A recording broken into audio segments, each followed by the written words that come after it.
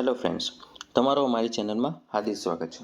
આજે આપણે ડિસ્કસ કરવા જઈ રહ્યા છે બજાજ હાઉસિંગ ફાઇનાન્સનું લિસ્ટિંગ ડે સ્ટ્રેટેજી શું રહેવી જોઈએ.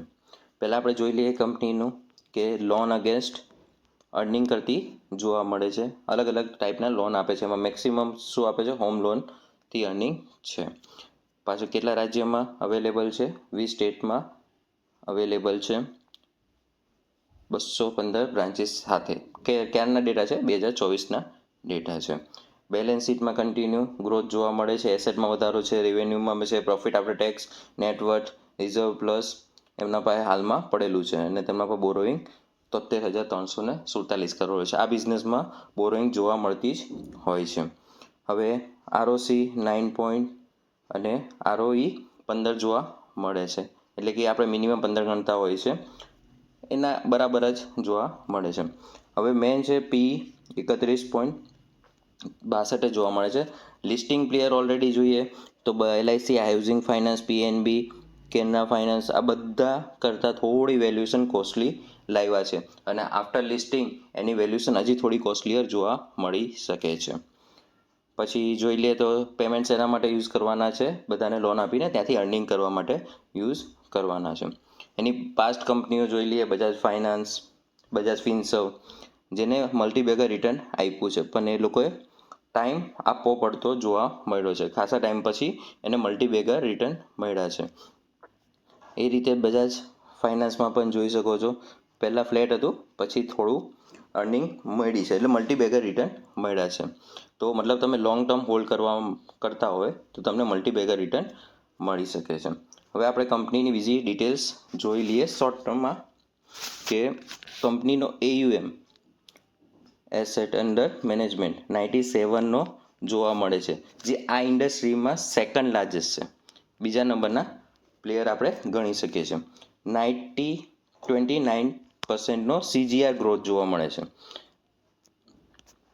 કમ્પાઉન્ડિંગ ગ્રોથ 29% જોવા મળે છે. એક સારો એવો જોવા મળે છે. 20 સ્ટેટમાં અવેલેબલ છે.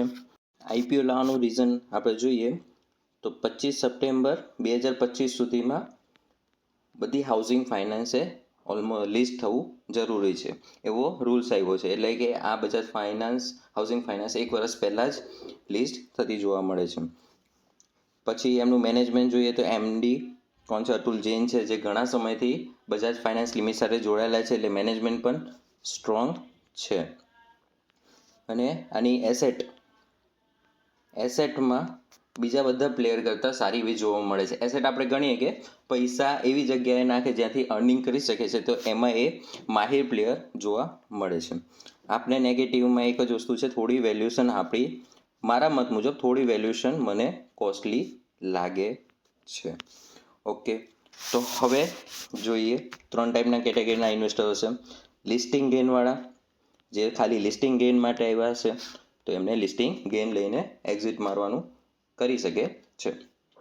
હવે એમાં હોય કે કદાચ મેં વેચી દીધા પછી વધી ગયો, વેચી દીધા પછી ઘટી ગયો, તો તમે એક સ્ટ્રેટેજી કરી શકો છો.